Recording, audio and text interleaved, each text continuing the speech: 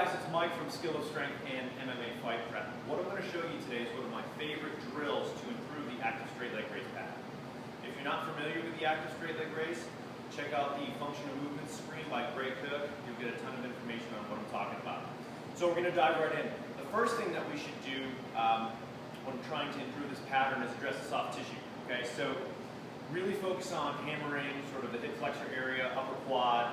You can obviously hit the whole part of the quad as well. Into your TFL, over by the iliac crest, glute medius, glute max, hamstrings, even work down to the calves and even address the bottom of the foot and the fascia there. So once you've sort of worked on all of the soft tissue, it's time to go right into some drills. Now, all you need to do this is a basic stretch band. You can get these at Perform Better. They'll take care of you. So check it out at performbetter.com. So, right into the drill now.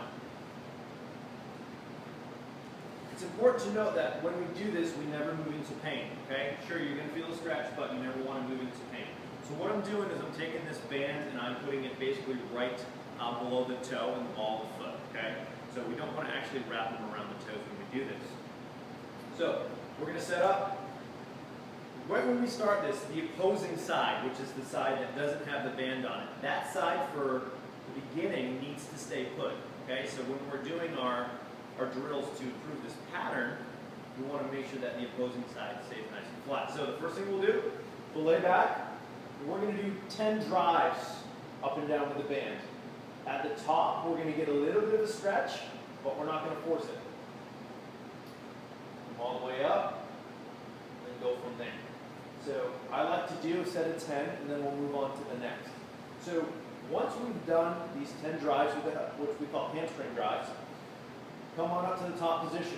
Make sure that the opposing leg is nice and straight. We're going to do some basic plantar flexion and dorsiflexion drills, okay? You're going to feel a big, big stretch when you go into that dorsiflex position, so make sure that you take it easy to begin with. So again, do a set of 10 of these. Now from there, we're going to drive the lower back nice and flat. So we're going to squish it into the ground. We're going to bring the opposing side up. And they're going to meet sort of at the middle in the top position. For the duration of this drill, we want to keep the lower back nice and flat, and we want to keep the head down. Now, obviously, my head's up, but I'm doing it so I can talk. From here, we're going to drop the leg down. We're going to get a big stretch. This leg cannot move.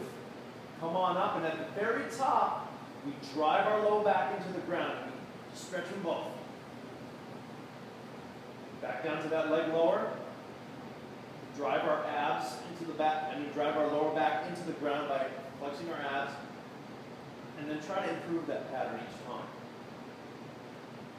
So, you can do a set of 10 as well. Last but not least is I'm going to show you a drill that was shown to me by my good friend Brett Jones. Again, it's another great correction for the active straight leg raise, but I like to use this sequence because it really seems to open our clients up. So, we're going to start up. This time, the opposing leg is in a flex position. So right away, you're going to notice rather, that you can get a lot more sort of flexion on this hip, and that's because the opposing is flexed as well. So from here, we're going to get a nice stretch, and then what we're going to do is lower back nice and flat, we're going to bring this leg out, and we're going to slowly slide the heel out. Get a big stretch, and at the bottom, I like to cue my clients to push their heel towards the wall across from them, or think about pushing out of the socket a little bit. And then from there, come on up. Now if you can get a little bit more flexion out of this side, awesome. Same thing, slowly drive up. When you do this, it's going to challenge that pattern. Make sure you're not forcing it. And again, you can do a set of 10 of those. It's important to note that when you're doing these corrections, that you're not too aggressive in general with this stuff. For a lot of people, it's a big stretch, and you have to take it slow.